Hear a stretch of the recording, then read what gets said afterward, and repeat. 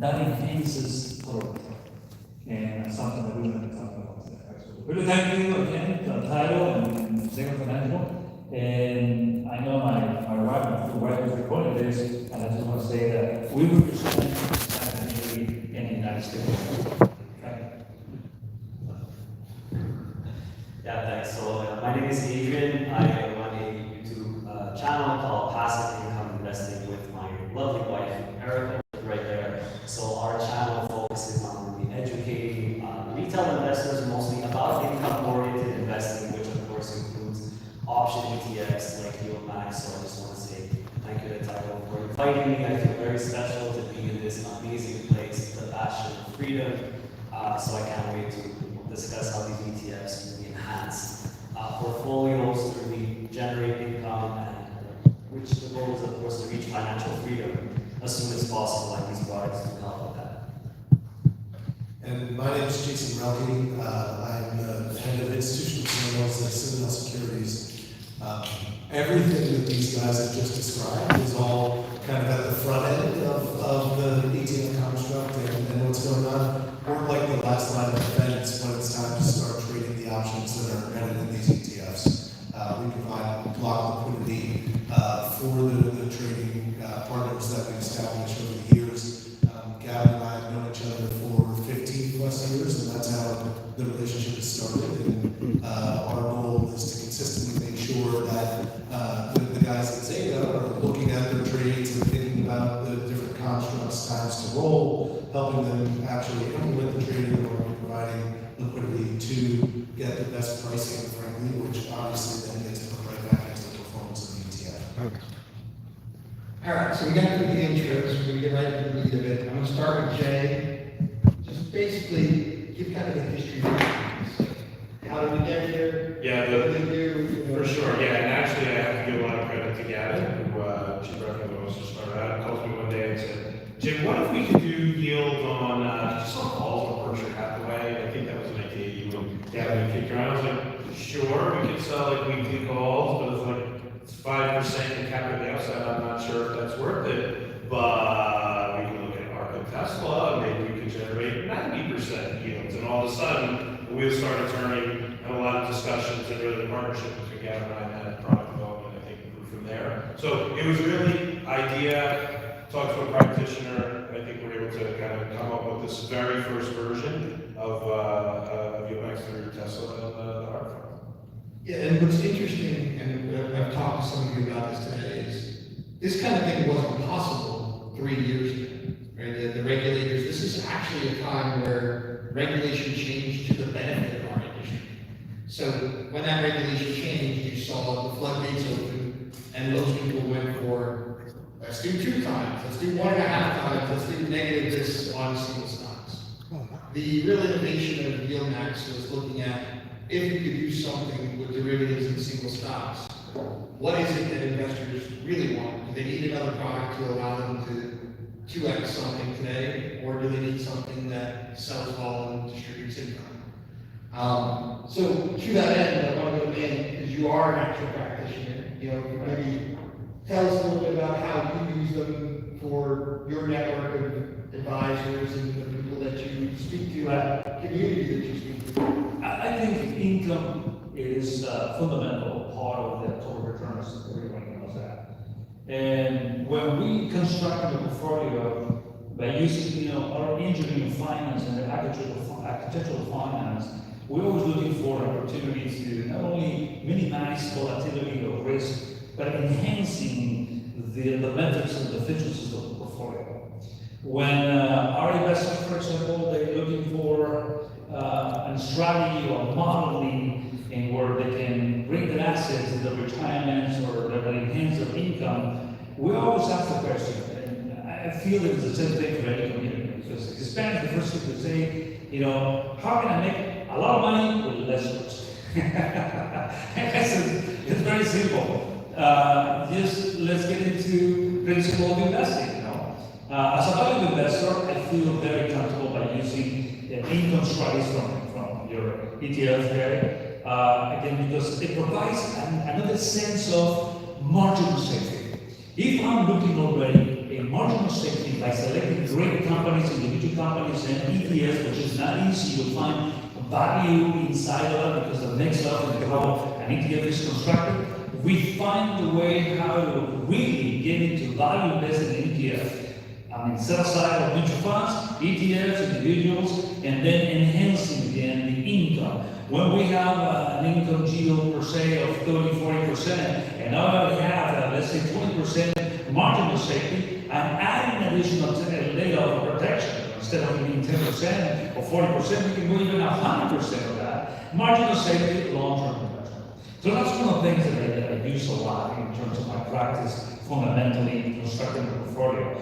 But I think if I can say that the investors are looking for something is diversification, low cost of what is called cost effectiveness into the ETF, which is enhance, the returns of the portfolio. And then we have the tax efficiency. That's no-brainer. I mean, since I find out that ETF, the way it's structured, it has this tax efficiency, I said it has to be part of my strategy because I'm a libertarian economist. And I'm looking for freedom for not only for myself and my practice, for my investors too. So we have those type of elements that are consistent in our strategies. The low cost, tax efficiency, diversification, and then we have an opportunity of investing, to maximize the different sectors and opportunities. So again, by adding the additional yield to all these benefits of an ETF, definitely to me it's a match. To hear my pitch, you over. Adriano, kind of similar question for you, but it's a little different audience. How do they look at it? How do they use it? So my community is mostly made up of retail investors, everyday people just trying to make it, trying to become financially independent, or using it for their retirement. I mean, reason number one, reason number two, reason number three is income, right? Under that umbrella, there are several ways you could actually use these products, which is a great thing. So whether it's allocating a 5, 10, 15% allocation just to boost the overall yield of your portfolio, because when you're making yields north of 20, 30, even 40, 50%, you don't actually have to add too much to really boost the overall yield of your portfolio. And of course, income is very important if you're a retiree, if you need that cash flow. So cash flow income, definitely the number one reason. How you use it or how much you allocate to it, up to you. Second reason is, for lack of a better term, really laziness, to be honest with you, because as someone, when you want to retire, when you want to be financially free, you don't want to spend hours and hours in front of your computer writing your own covered calls, generating your income. I mean, to be honest, I don't even have options trading enabled in my broker account. That's how much just looking at option exchange gives me a headache. I'd rather leave it to the professionals here. So, just getting a product where this is professionally managed by somebody who's very, very reliable, who's been in the game for a long time, actually wrote a book on options, is very comforting. So, reason number two is flexibility. Also, because this is another reason why I love these products, they actually give out all the income. So there's other income-oriented products out there that use options, they hold some income back.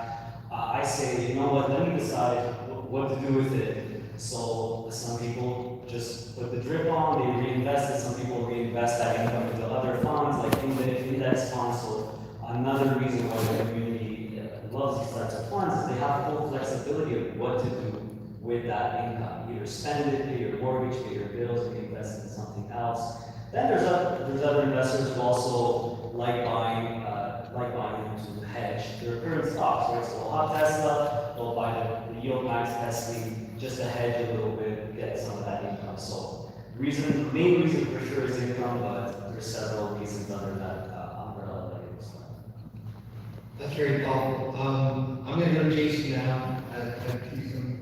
He's a little institutional in his title here. And we're really been talking a lot about a different audience, the retail audience. I'm curious, Citadel Securities looking at a room full of investors that are figuring this out on their own. But at the end of the day, you still got to do the pipes, right? So how do you guys think about this? Yeah, I mean, the liquidity still has to exist in the options itself. And I appreciate you bringing up the fact that everybody can do their own buy. right? I mean, it's not like it's buying an underlying asset, it's not going to call against it.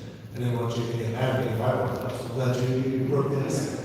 But the word institutional, all it means is that we're facing larger pools of money as opposed to retail individuals, and that's the business that I work in Citadel Securities. Citadel Securities also has an arm that has the retail brokerage houses as their customer, and has infrastructure built to handle smaller retail type trades all day, every day, and they are interacting with a significant amount of order flow.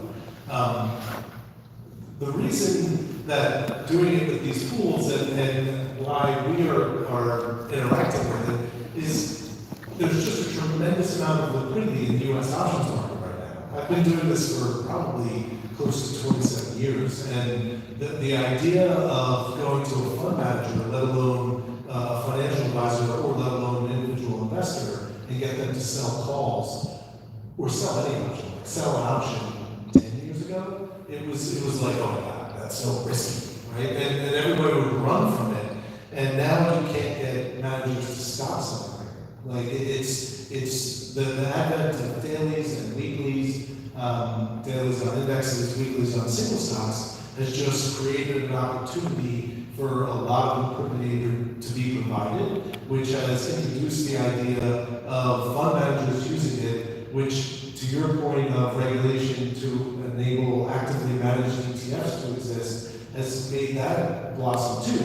And it all kind of feeds on itself. Like the amount of demand generates more modeling and capability to trade more. I mean, NVIDIA options yesterday traded 10.6 million contracts. How much of that was me?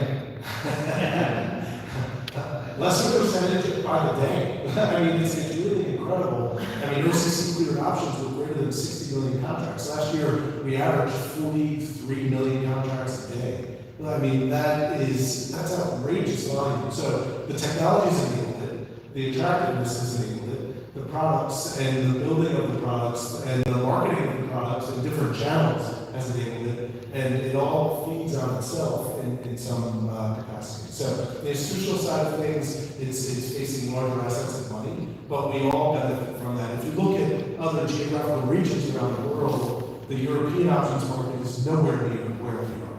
The Canadian options market is nowhere near where we are. And all of that is a function of the retail liquidity that's coming into the market. It's not the big bad market maker making money off of everybody. It's the two-way nature of the flow has created deeper and electronification. And let's be clear, the electronification of the markets. And the last thing I'll say, the centrally cleared OCC clearing, like one spot. Europe, it's each exchange has its clearinghouses. That bifurcation makes it all much more difficult to do. So all of that adds up to put us in a situation where this ecosystem has grown dramatically and probably doesn't have too many constraints on it. Yeah, I love this. We just kind of covered the investor, right? But it's interesting. It seems like this options market and its explosion of volume, it reminds me a little bit of crypto. That retail got to it before the advisors and before the institutions. But because this is such a regulated market, these options, you do have the pipes set up and the mechanics of the traditional institutions, but they're serving retail instead of the advisors. I know very few advisors that trade options on their own. Honestly, if they do them, they often hire Jay to do it for their companies, right? Or they end up calling us and saying, let's build an ETF. So we've talked a good bit about the advisor and the investors. I do want to move to the mechanics. I'm going to stick with Jason on these mechanics and how this stuff works. Just what's different here, right? Like creation, redemption, anything that stands out as being really different when we're talking about single stock, option-based derivative product. Like this is all pretty new. Are your pipes being trimmed up at all here, or Citadel's on top? So I think I'll speak more towards the market in general. The create-redeem function, the actual the construction of ETF is absolutely not my area of expertise. The options market is theoretically where I'm an expert, but I still continually learn things about it every day, and it's evolving faster than anybody can frankly keep keep up with. I touched a bit on the electronification. I think that the speed with which things can trade, not just in the options themselves, but in the underlying equities, the depth of the markets and the electronification of that has made it easier for a lot of things to grow. I don't think that there's been any trip-ups. I mean, I know during market bifurcation and during COVID, when exchanges closed, the volume didn't really miss a beat. If anything, it accelerated. And some individual houses had difficulty, but the exchanges closed and everything kept on going. And we didn't close trading for any days. I mean, we went through, you can have all the stress tests and theoretical chances at doing things in a technology environment, but we went through the single biggest stress test any market could probably withstand, right? Shortage of technology blackout or some sort of electrical thing going away. We rely heavily on that now. It's funny that, we had Juneteenth 2 days ago. I don't know, I know some of you out there in the community remember it because you guys came after us hard. Last year, Tesla had a delay on the dividend because Juneteenth was a new holiday and the pipes didn't figure it out.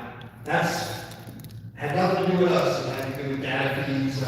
We're not allowed to really put out a tweet saying, hey, this wasn't us, but that's what actually caused it. This didn't happen this year. We got through Juneteenth. I say that because that's the only hiccup I've seen in a market that has grown exponentially so quickly, and it's just interesting to hold it up there.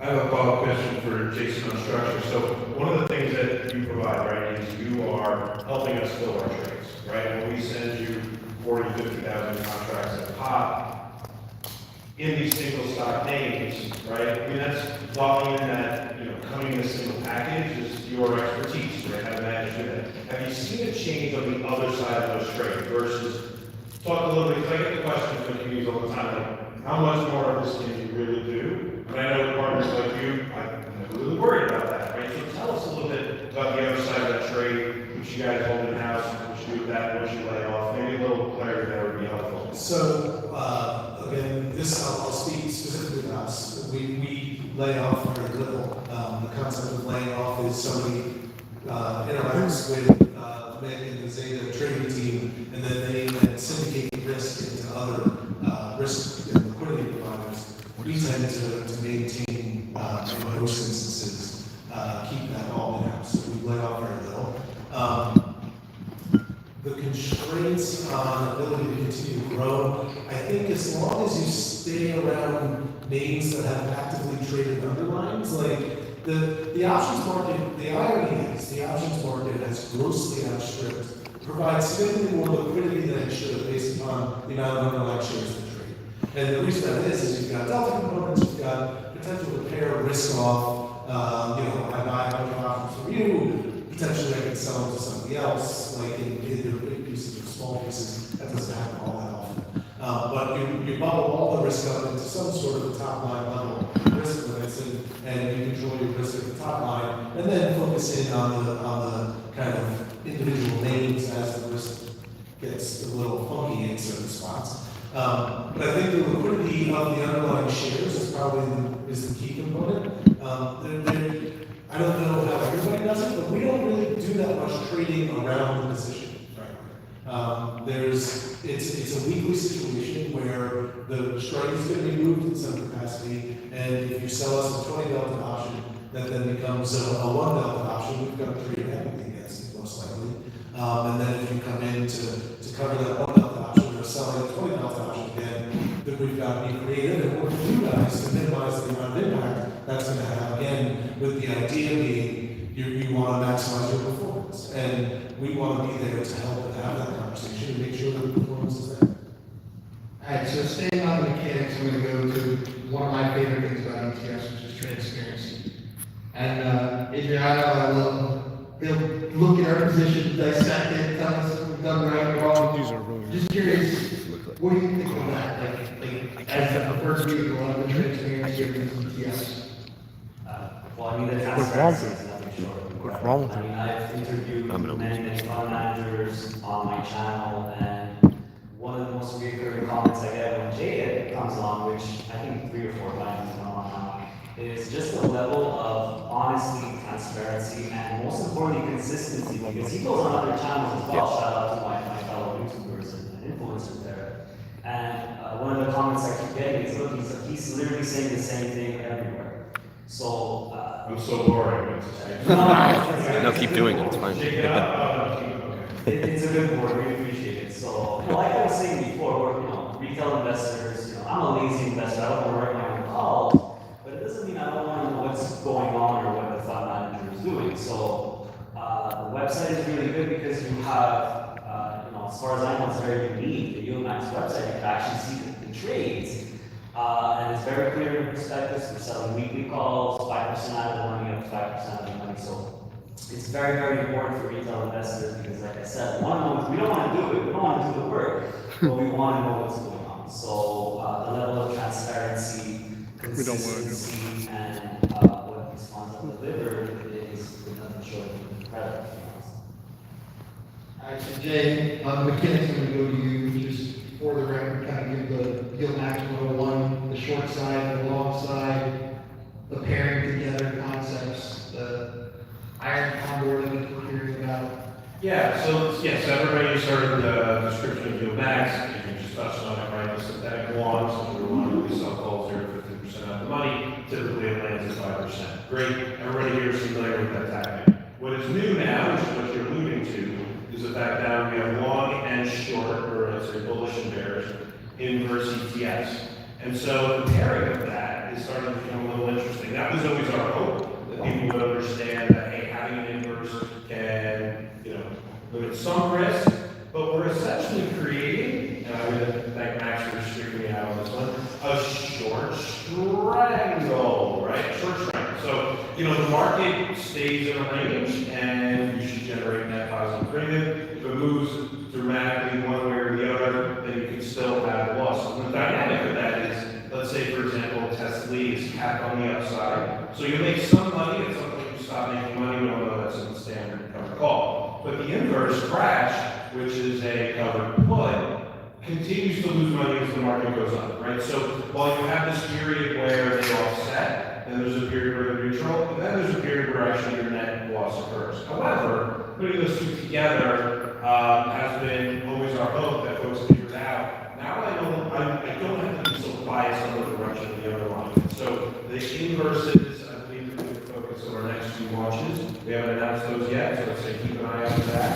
But I think everyone knows we filed for an inverse coin, which is fiat, and inverse NVIDIA, which is dips, chips and dips. We have an inverse index one, actually on the Qs, which is the first time we'll index version, Apple and ARC. So I would say keep an eye out for those. We like the way that pairing can work and the products together. The mechanics of that, I think everybody will start to see that as they put them together. I think it's an interesting approach. It's what we're trying to do, continue to be innovative. Right, and I think the key thing, and I've talked to some of you about this, is the direction is your job to figure out, right? If you're the investors, you're choosing it. And if you think that Tesla is going to go flat for a long time, owning gold makes a lot of sense. If you think Tesla's going to go up, own Tesla. If you think Tesla's going to go down, own Fraction. There is no set it and forget it and be done with this. You got to continue to do the work. And you guys have chosen to find your own financial independence. A lot of people have historically relied on brokers and advisors to do this for you.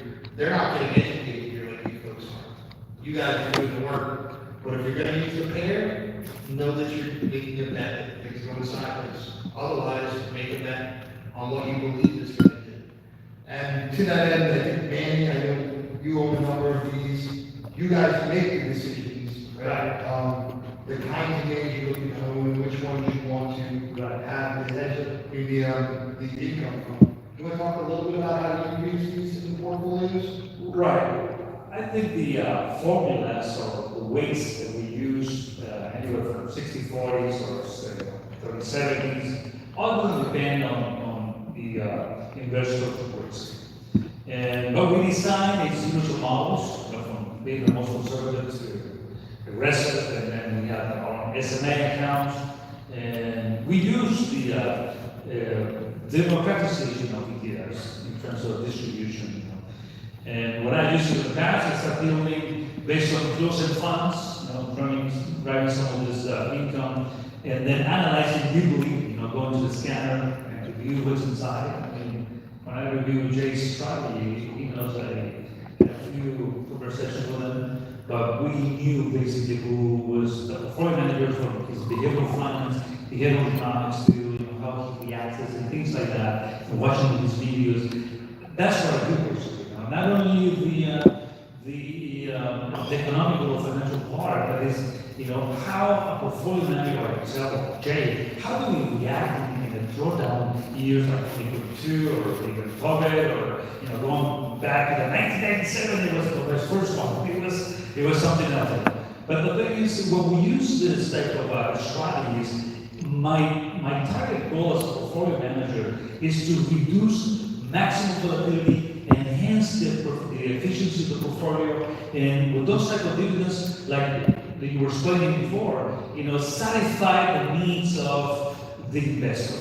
I mean, that is with supplementals, with the Social Security, annuities, and I was one of the big time annuity players in the United States, and what happened? That I found a way of building and constructing our own source of income, and now, thanks to the opportunity of YieldMax, now we're maximizing the yields, like this is an advertisement for you, okay? We're maximizing the yields, but the total return, always for portfolio manager, we're looking for not only the alphas, but we look for deltas and little gammas and stuff like that. So, thanks for that. Well, listen, I would just say, Eddie put me through my paces, no doubt, on multiple phone calls, multiple back again. What are you going to do in this situation? What are you going to do in that situation? We're going to talk about the tactics. I did a lot of research before you added funds to the portfolio. Yeah, and we did it big time, by the way. Okay? So in other words, once I feel comfortable with my team and we make a final decision on our consensus, we don't think about it. I mean, we just move millions of dollars of my strategies into YieldMax, and we're partners. So we're going to take care of the business together. You got it. I love that you're doing Greeks now too, not just Spanish. All right. All right, so we've covered the investor base, we've covered the mechanics, so I move to the future. Try and get through this in about 5-10 minutes so we can get a Q&A in here. We'll start with Adrian. I told all of you today, I love hearing from the community what you want to see next. What do you want to see next? Yeah, well, first of all, the information has been great so far. You got the single stocks, you got the bullish one, I got the inverse ones. My personal favorite one is an all-in-one type. You got the all-in-one as well, so where you don't have to pick and choose. So if you want to get your feet wet, maybe that's maybe a good one. But what I think is probably the next step, in my opinion, and what the community wants to see is probably some type of leveraged option.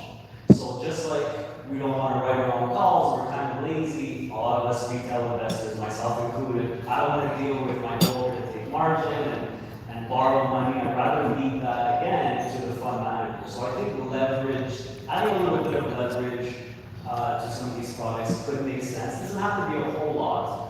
These are actually very popular products on the Canadian market where you have the option of a leveraged option and a non-leveraged option, so you can pick and choose. But just to give you a little bit of that boost, I think it would be a great next step to see in the line.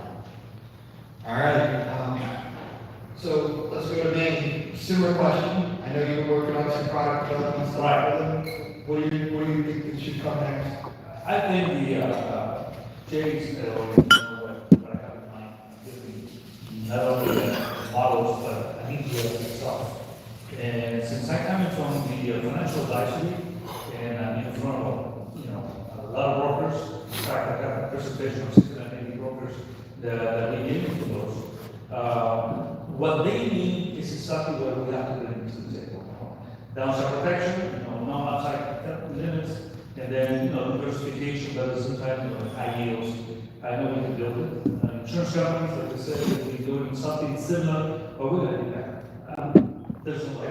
Man gives me the challenge of, okay, of course we want income, with growth, right? And well, obviously protection. So if you want income growth and protection, that's what he's asking for. Right. We're going to have a good time on that one. YieldMax is, I would say, this is kind of like this, the performance will diversify from to farm, look at everything there. But I think that if we start looking into companies that not only corporate America, but outside of the United States, there's great companies, excellent companies that we can bring into the ETF models, you know, and maximize the yields and stuff like that. International, you know, going global, that's like another opportunity. We'll do it together. There is definitely a little opportunity, we talked about that one, yeah. All right, so I'm gonna go to Jason on the future. Can this market handle all that's coming? I mean, like, it's been a tidal wave. How much can you guys take? I think it can. I would be surprised if it couldn't. It's kept up with volumes on a daily basis that would have, you know, caused electrical outages, 15 years ago. The ability to not only trade but clear options. On the clearing side, it's still a little too manual and not automated enough, but we're working on fixing that. But the trading side of it, it's all fairly automated, and I think as long as the exchanges can keep up, like the biggest choke point traditionally was through the data feeds, like getting the number of quotes out, right? The ability to get the information into, you know, whether it's a Bloomberg terminal or something on your phone or what have you, within the Opera system was always the choke point.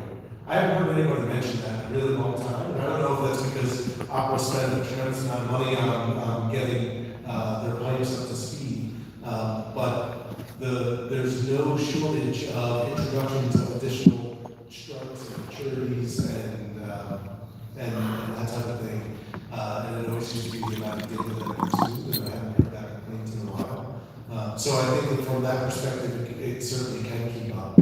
I also think from a capacity point of view, in terms of being able to provide liquidity and being able to block trades, speaking to the U.S. market, I mentioned it earlier, going internationally, it's going to be more difficult.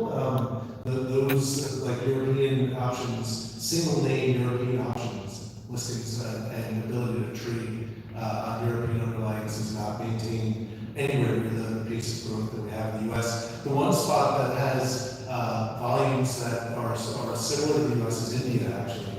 And to the best of my knowledge, we don't have a direct institutional presence into Indian options, but the volume there has exploded. Asian markets haven't really kept up as much either.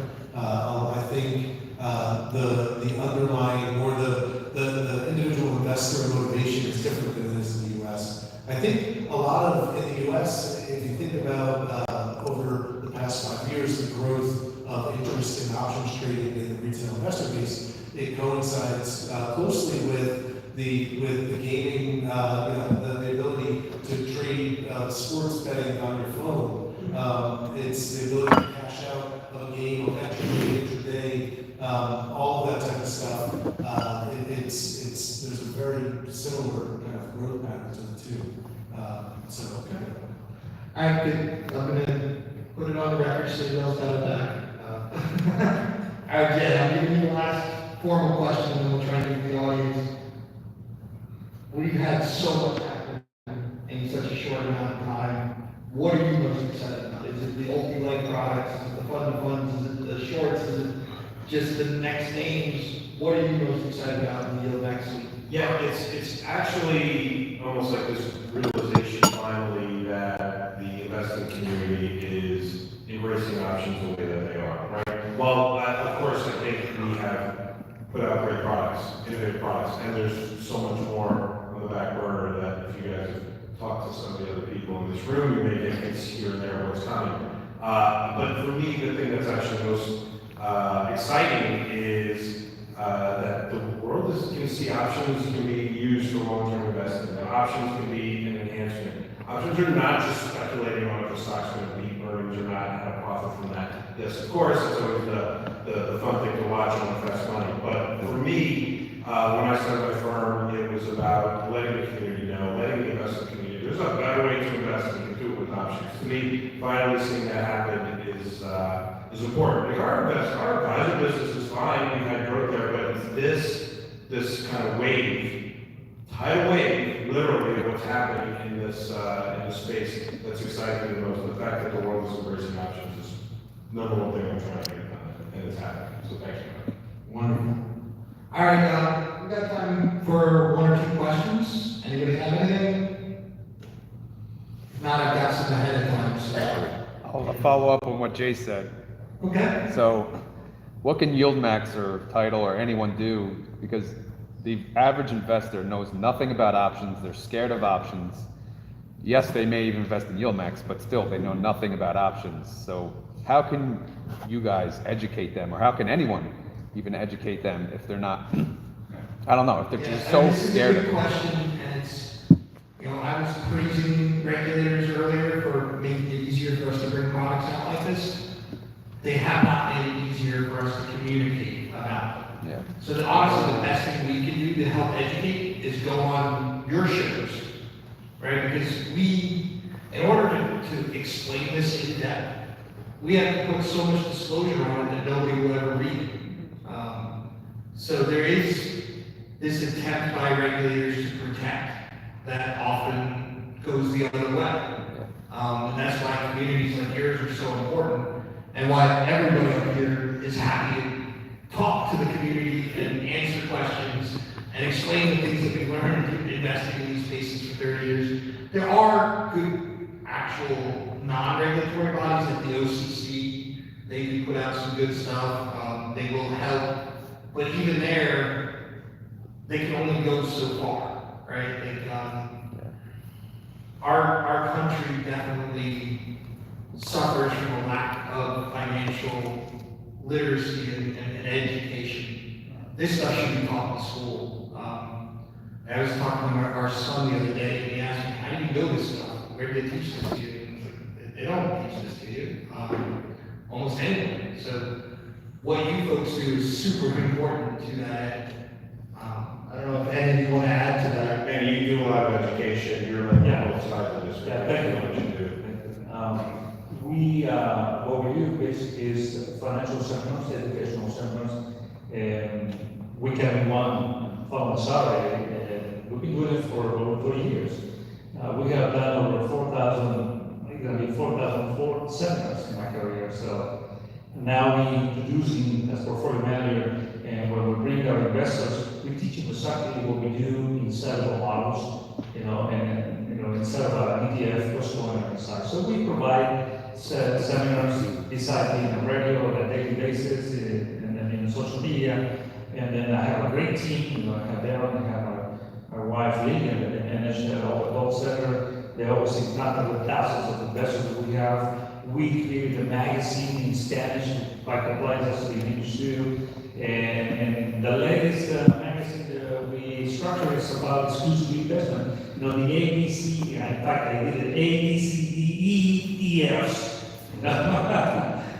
Thinking about this part, right? I like that. So we teach you the basics, and I don't expect that the investors are going to learn that. Even though, once in a while you find out in the seminar, like, we have 300, 400 people or 500 people in front of me, and then they ask you questions that are very interesting questions, and that's how I see how the investment communities are growing. So we bring always quality information.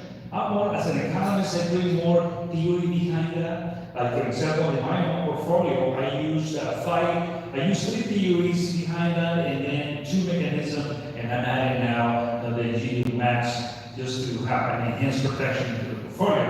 So when you teach people those areas that are tough to understand even for the professional, but you find out a way how to teach them the ABCDE.